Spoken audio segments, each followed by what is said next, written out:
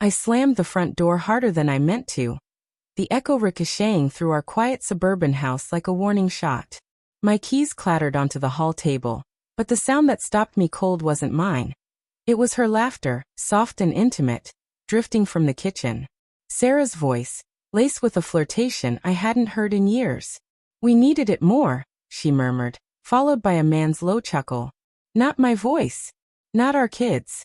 My heart stuttered, a vice clamping my chest as I froze in the shadows of the hallway. It started small, those nagging doubts. We'd been married 15 years, built a life with 2 kids, a mortgage, and the kind of routine that dulls the edges of passion. But lately Sarah had changed. Her phone buzzed at odd hours, screen angled away from me. She'd come home from book club, with flushed cheeks and a distant smile, claiming exhaustion but glowing like she'd just run a marathon. I told myself it was nothing, stress from her job at the clinic, maybe perimenopause. Denial is a warm blanket until it smothers you. That afternoon, I'd left work early, feigning a migraine to surprise her with takeout. Instead, I found her car in the driveway, alongside a sleek black SUV I didn't recognize.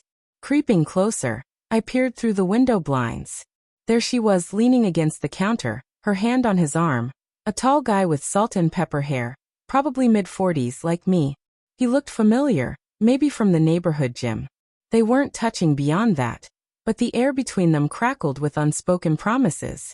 I backed away, while rising in my throat. My mind raced through memories. The extra shifts she'd taken, the new lingerie I'd found tucked in her drawer, dismissed as a self-treat for our anniversary. The way she'd pull away from my kisses, citing headaches. Suspicion festered like an open wound, but I clung to hope. Maybe he was a colleague, discussing work. Yeah, right. Dinner that night was torture. The kids chattered about school, oblivious, while Sarah avoided my eyes, serving pasta with mechanical precision. "How was your day?" I asked, voice steady despite the storm inside. "Fine," she said too quickly. "Busy." I nodded, forcing a smile, but my fork scraped the plate like nails on chalkboard. After the kids went to bed, I confronted her in the living room. The TV muted on some mindless sitcom. "Who's the guy, Sarah?" She froze, wine glass halfway to her lips. "What guy?" "The one in our kitchen today.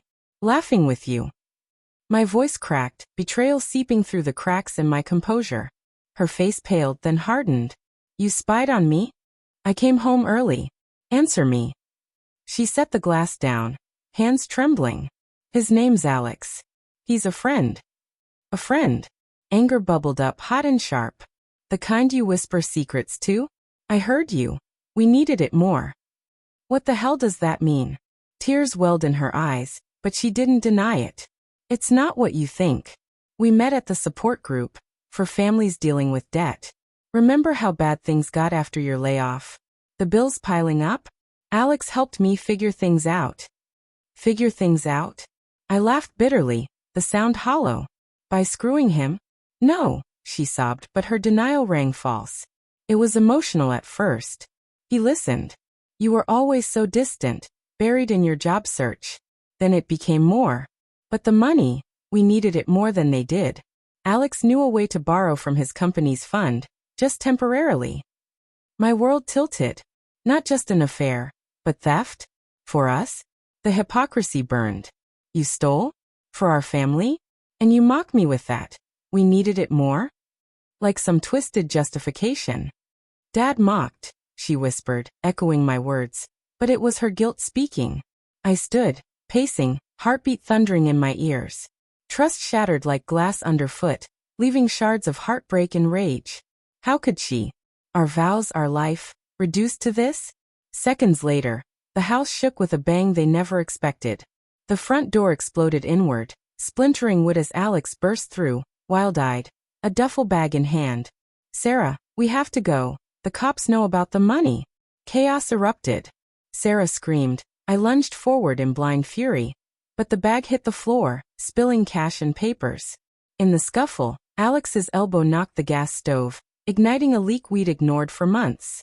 The explosion wasn't huge, just a flash and boom from the kitchen, but it rattled the foundations, mirrors cracking, lights flickering. We stumbled out, coughing, neighbors rushing over. Alex fled into the night, leaving Sarah in my arms, sobbing apologies. The fire department came, declaring it a miracle no one died. But something did. Our marriage, consumed in that inferno of lies. In the aftermath, divorce papers loomed, kids shuttled between homes. Heartbreak lingered, a dull ache, but anger faded to pity. Sarah's desperation was human, born of our shared struggles, yet unforgivable. I rebuilt alone, stronger, wary of trust's fragility. Sometimes, in quiet moments, I hear that bang echoing, a reminder. Betrayal doesn't just break hearts, it shakes worlds.